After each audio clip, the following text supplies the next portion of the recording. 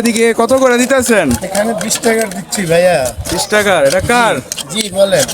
আপনি শুনলাম আপনি 10 টাকা করে ডিম দিয়ে দিতেছেন 10 না টাকায়। বাবা, ওই অফার আগে ছিল, এখন অফার নাই, কারণ এখন তো মনে করো সব কিছুর দাম বেশি, তো এই হ্যাঁ। জন্য আবার কিছু কিছু কাস্টমার আছে, যেমন কিছু কিছু বুড়া মানুষ আছে, বৃদ্ধ লোক আছে, ওনাদের তো টাকা পয়সা অনেক সময় থাকে, অনেক জি। সময় থাকে না। কিছু কিছু বাচ্চা আছে, টাকা পয়সা থাকে।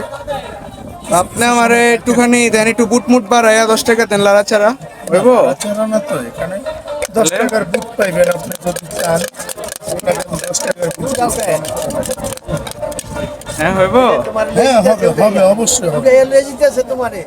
হইব কতটুকু হইব? আপনি কতক্ষণ?